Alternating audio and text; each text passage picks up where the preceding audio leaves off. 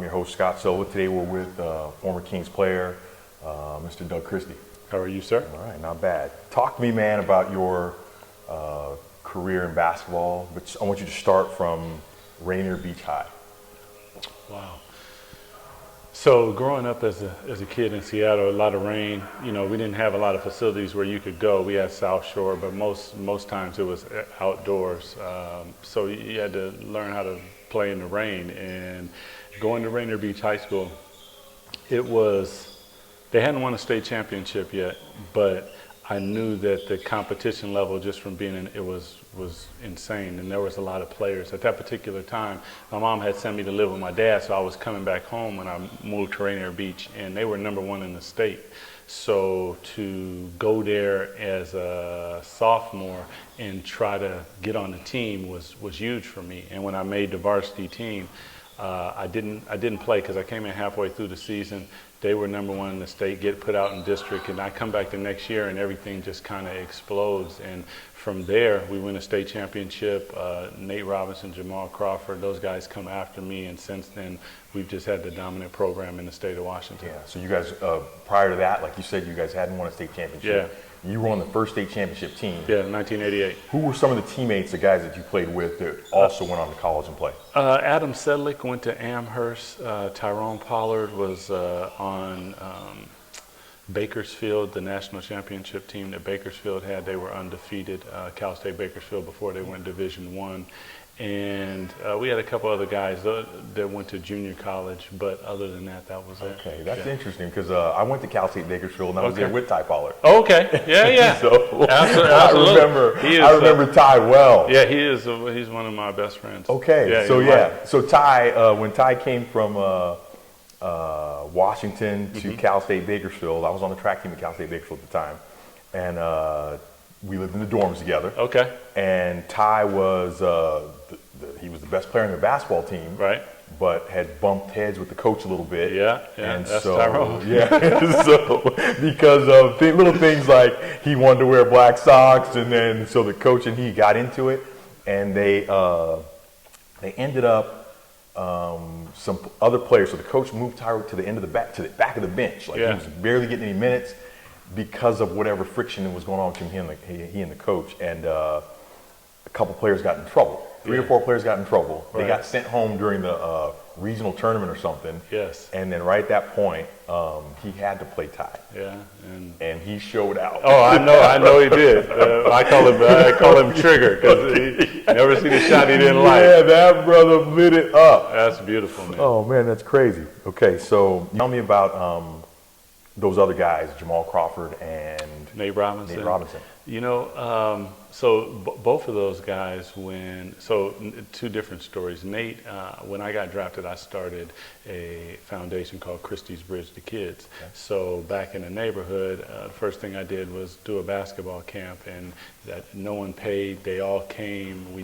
I said, we got them all together. It was a couple hundred, must have been 200-300 kids, and I just said, look, to come here for free, and they got shirts and backpacks and all these different things. I said, everyone grab a trash bag, and we're going to go around our neighborhood, and we're going to clean up the trash because this is our neighborhood. This is where we're from. That was the payment. Nate ended up breaking his arm. He was little then. He ended up breaking his arm at the camp. But Jamal, oddly enough, I also started a summer league. Now the summer league's huge in Seattle, and Jamal's running it, which I was so happy when he came to me and said, you mind if I start it back up? And I was humbled, to be honest with you, but he was 13 or 15, I can't remember the age, and my agent came to me and said, hey, we got this kid, he's in high school, but he wants to play in the summer league, and summer league was a pro-am. Yeah. So, you know, we had all Sonics and guys from out of town and college players, and I said, okay, well, they were about to scrimmage. I said, throw him in there and let me watch. And as soon as they threw him in, they threw him the ball, I was like, oh, he's good. He can play. You could just see immediately, even at that young age, like, he might not be strong enough. He might not, but he'll be okay. Friends, I appreciate him immensely. Okay, awesome. Nate Robinson. Nate was as a smaller guy in the neighborhood, Nate's dominance was actually in football and track. Yeah. He was that's like what his father. that's what he went to the University of Washington for, and to watch him blossom in the way that he did was it was mind blowing, because if you know, I don't know Nate the same way that I know Jamal, like hanging out, but I know Nate, meaning so if you know his story, he's not backing down. He's coming full bore. And that's the only way that a guy that size with that type of skill makes it. And that's what, you know, coming from our neighborhood, what made us all so proud for Nate. Yeah, awesome. Talk to me about after you finished at Rainier Beach, you guys won the state championship.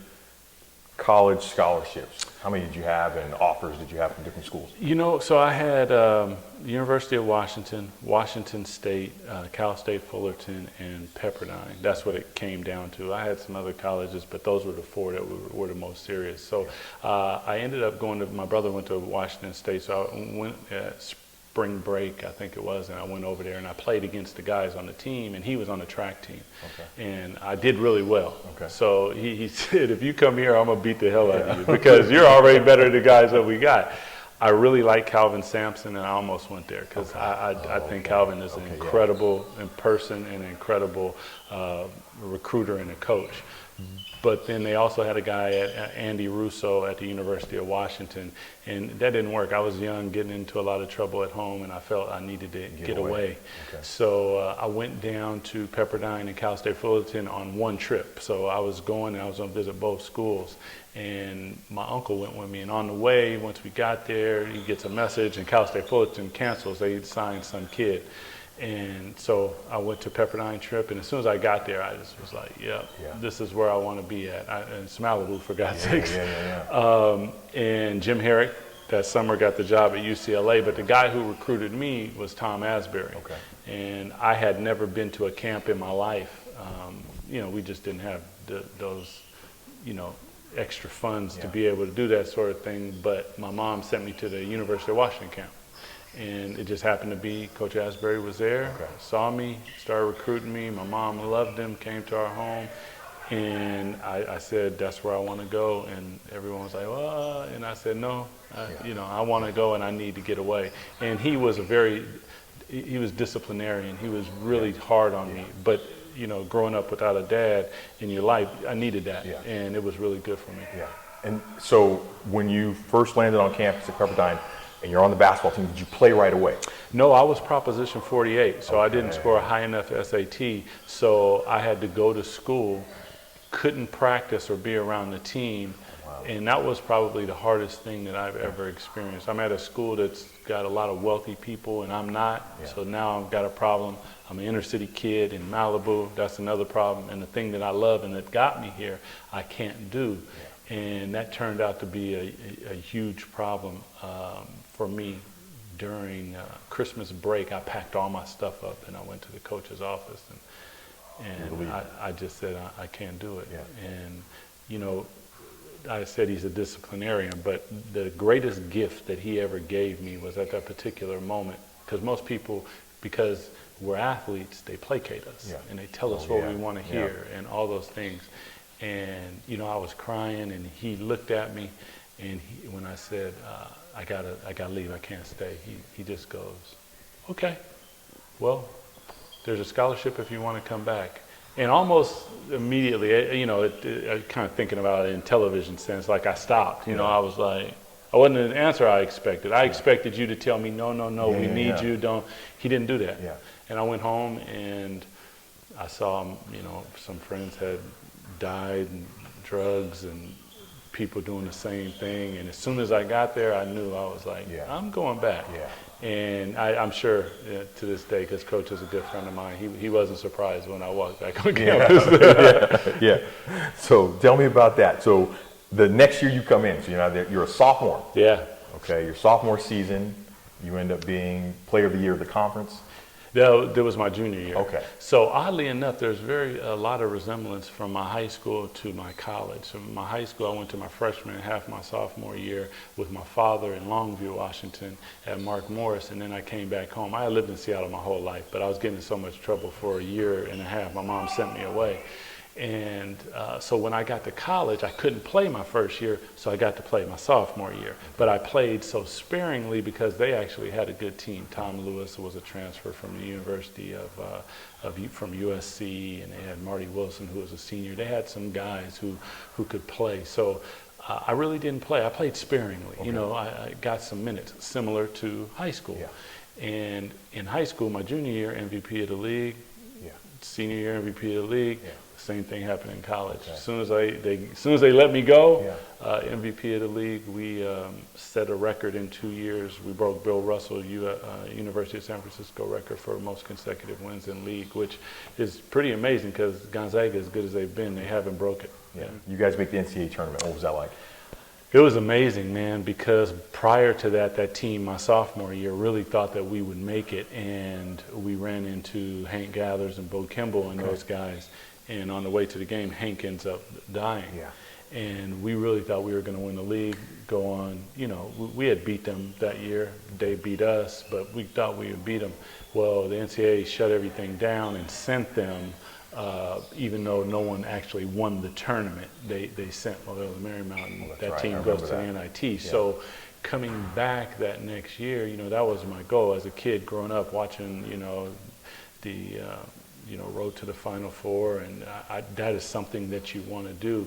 So that was my junior year, and in Santa Clara, in the tournament, first game versus Portland, I have a real bad thigh bruise, and you know, back then you just play, you know, so they put a big football pad on it, and I never forget, I grab a rebound, and I started dribbling down the court with my right hand, and I kind of start passing everybody, and as soon as I kind of get to the basket, there's somebody coming, so I kind of take a jump stop, and when I planted, the muscles didn't fire and the bones collided. Oh, wow.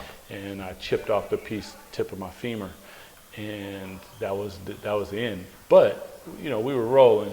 They ended up going ahead and winning the tournament, so we ended up playing Seton Hall with Terry DeHare and those guys in Utah, and I just was there with a brace on my leg, so I had to watch, which was so difficult.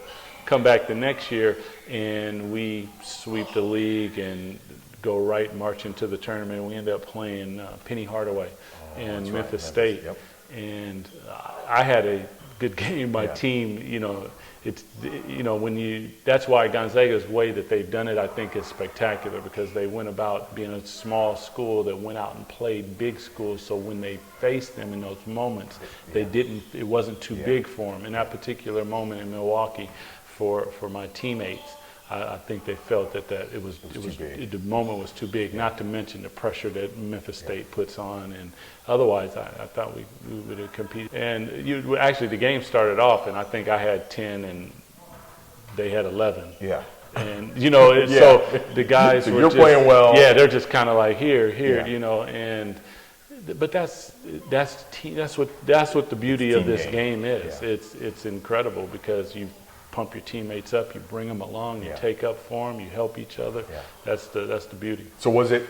You feel like maybe it was okay? So playing in those big moments and playing in big gyms in front of, you know, huge crowds. Mm-hmm. Was it that kind of pressure, or just the moment was too much, you think? Well, I think two things go along with it. One is those moments are huge, because we also played Kansas that year in Lawrence, Kansas.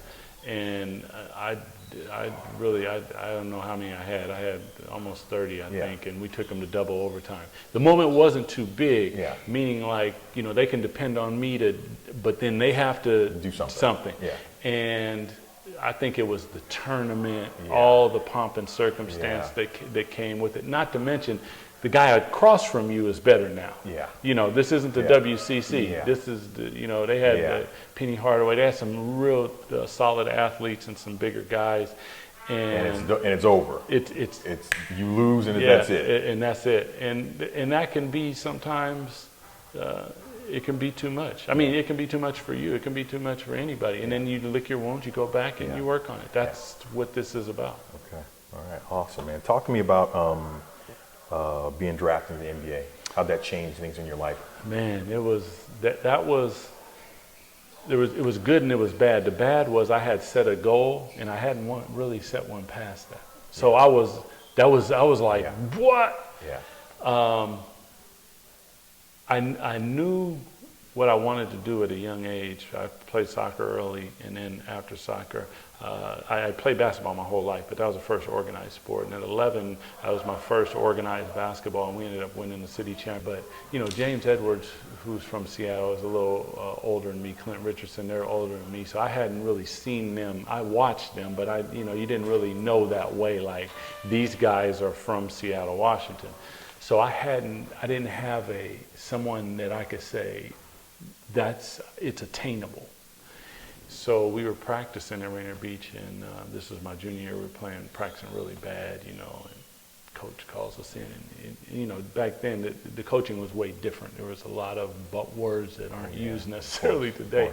And that was the first time. His name was Mel Williams, and we're still friends to this day. He was a head coach, and he said, I don't know, blip, blip, blip, what you guys are doing, but there's only one person in here that might have a chance to make it to the NBA. And right then, first of all, we're thinking, who's he about to say? So we're looking at each other, and he said my name. Yeah.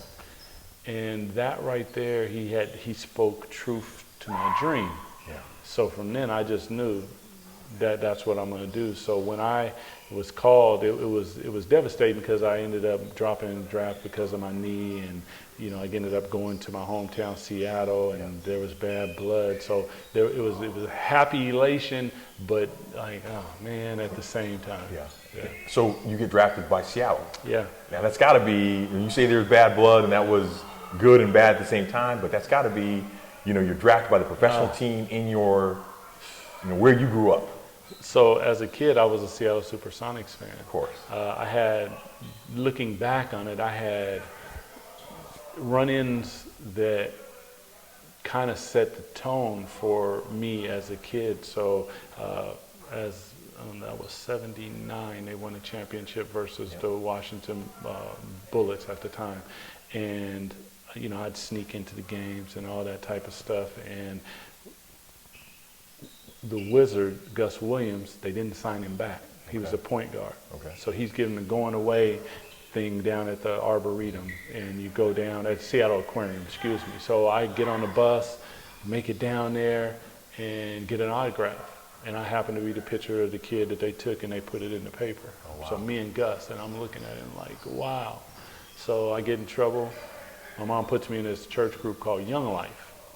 So inside of the group, they're like, does anyone want to go to the Sonics game? I'm like, yeah. So, but the thing was, you won a trip to the game, but one of the players come and pick you up at their house, at your house. So Xavier McDaniel, who was the small forward that for the Sonics from Wichita State, came, and him and his wife, and they picked me up at my house.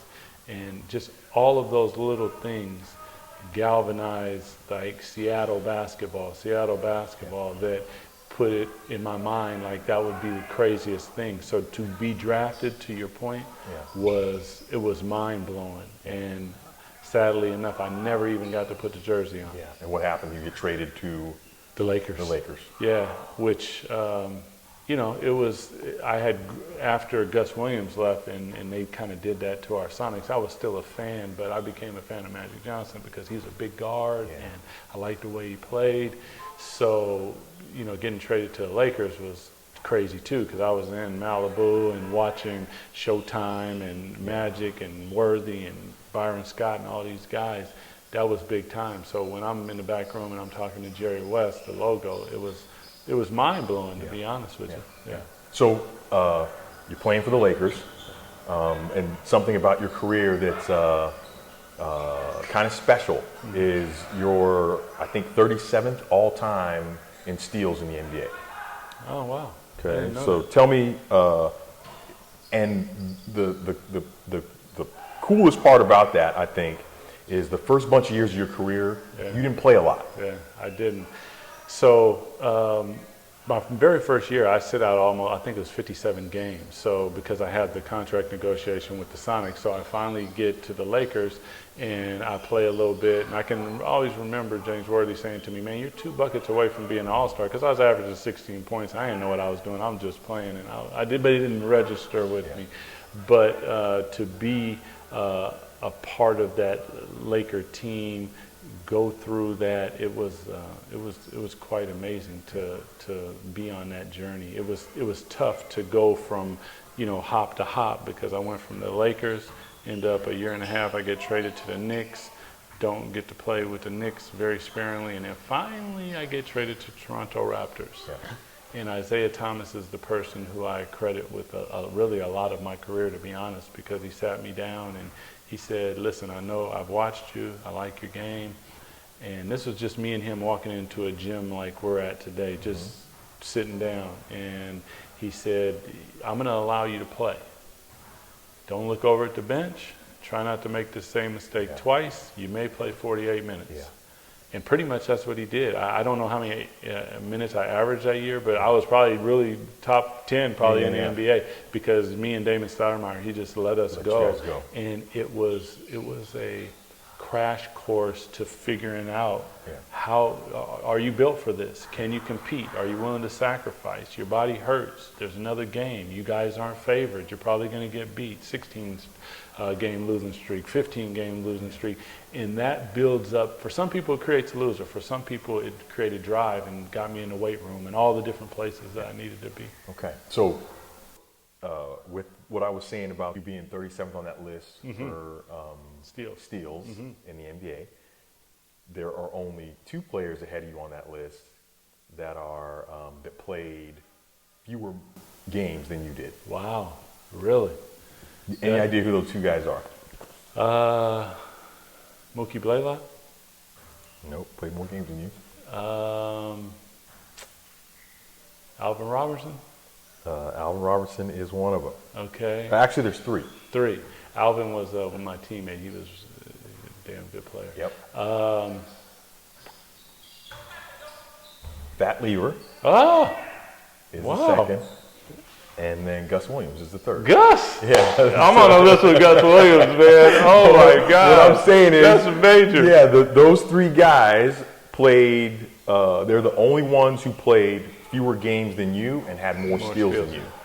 That's crazy, because some of my games, like I might get a minute, so I didn't get to play. Yeah. But a lot of those things, and this is as we continue to talk, is paying it forward and educating. When I was with the Knicks, I sat on the end of the bench with Herb Williams, who is a veteran, and he would say, look, you're not playing, but don't let it get you down. Yeah. Let me talk to you. Watch this. Look what he's doing. See how he's doing that. Watch that. And I did, and it was the greatest education that I got. And then they brought in Derek Harper, and I'd ask him questions about defense and different things, and they educated me. So I'm getting all that, and I'm working hard. So when I got my opportunity, I was ready to go. Awesome. I love that. Talk to me now about February 25th, 1997. February 25th, 1997. Toronto Raptors beat the Denver Nuggets. You score 27 points, 5 rebounds, 3 assists, and 9 steals. Yeah, that's almost 10 steals in a game. There's been a couple times where I almost got quadruple doubles and different things. Those are just, when stuff like that happens, the game just, it feels like the freest thing. Like I can't really, it's like water. It's just moving and rolling, and I see the ball, it looks slow. Yeah. I'm ahead of where you're passing it, and these are professionals. Yeah. You don't trick professionals. Yeah. So just one of those games where things just click, and you're just in total, like you got a joystick, and you're in total control of it. Yeah. Okay. After that, you're traded to the Sacramento Kings. Yeah. That was probably the greatest day for me. that I knew and I didn't know. So when I got traded, my wife and I were in Seattle and we were looking for homes. So I'll never forget, we were out in Issaquah and we're on this property, beautiful property. And I get a phone call from my agent. He said, you just got traded. And I was like, okay, where? And he goes, Sacramento. And I had, so we could both hear. And my wife, so after I hung up, my wife was like, Sacramento? Like, what? What's it? And I knew, because we come through Sacramento, I knew they had Chris, and I knew they had Vlade, who I was a rookie with the Lakers, and I knew that they had Jason Williams and Peja and a young nucleus that I was like, with a sprinkle of veteran, I was like, don't you worry. Yeah. We'll find a place, all that. But for me, this is going to be, it's going to be great. So that means for us, this is going to be awesome. Yeah. And as soon as I got here, man, it was, my experience in Sacramento is what I always refer to as basketball nirvana. Okay. It was as close to what I just described as an individual playing water to a group. And that just doesn't happen. Yeah. It doesn't. I play basketball my whole, I'm still playing basketball. You just don't experience what we experienced. Now, we weren't able to garner the thing that would probably make the whole world recognize that. Yeah, the championship. But we know, and people who know basketball know. Yeah, yeah. You guys were called the greatest show on court. Yes. That, we were in a hotel on the road someplace, and they called us and was like, hey, we're doing Sports Illustrated. You guys got to come down. We went down. They did it. That was because that's one of those bucket lists as you're a kid. I want to be on the front of Sports Illustrated. So when it happened, that was huge. But the title, when I read it, meant more to me because that's what we kind of looked at ourselves like. We practiced and we went through stuff in a way that it was rehearsal over it. And the monotony of it, we would make it fun because we would laugh. But when it was time to get serious, we'd be serious. And so when we hit the court, that's what we pictured. It was we're about to put on a show and win basketball games. Rick Alleman as a coach, what was he like? Man, Rick was so great, man. He's what a lot of people refer to as a player's coach. But like, for instance, if you're a starter and you get hurt, you don't lose your spot. You just get your thing, come back. So there's a comfort there. Rick and Coach Pete Carrillo, who's just, he's my all-time favorite. You guys call him Coachy. Coachy, he's just the best. This is where I played basketball my whole life, but I was a hooper. I learned how to play basketball when I got here. Okay. And I attribute Coach Adelman and definitely Coachy with that, because the nuances of learning how to screen, angles of screen, passing, that was the first time that anyone encouraged me to, because if you watch basketball, Magic threw a behind the back pass every once in a while, but to be honest with you, our team brought back the behind the back passes to the world in a way that it wasn't fancy. It was required.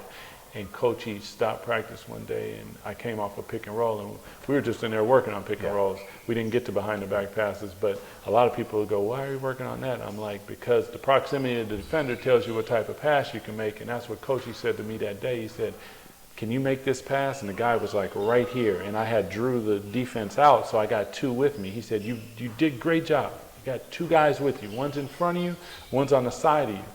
The ball's in your right hand.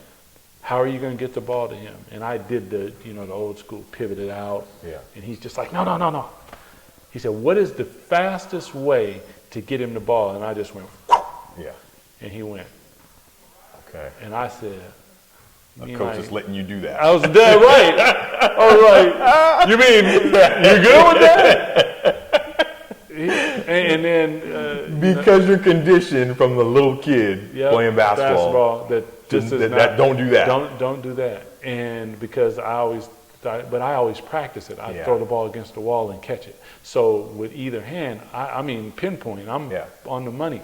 And he was like, and from that point, I don't know what day that was, but if you watch our games from that point, my behind the back passes to Chris Webber off of a pick and roll for jump shots, between my legs to Chris Webber, and then bump his guy, because they allowed me. They're like, if it's required, that's basketball. Okay, so Phil Jackson, talking about him as a coach. Phil was incredible to play against. So we played against him when I was with the Raptors. That's the year they won 72. Okay. And we're one of their losses. Okay. The lowly Raptors. Yeah. In the Sky Dome, 68,000 people. Some of them can't even see the floor. They're just happy to be in the building. And I can remember our coach, Brendan Malone, who his son used to coach the Kings.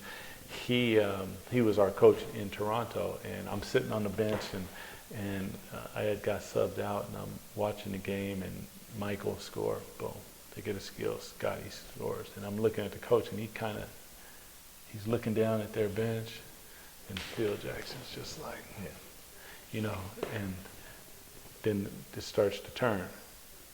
We score. Looking down, we score again. We go up 10. We go up 15.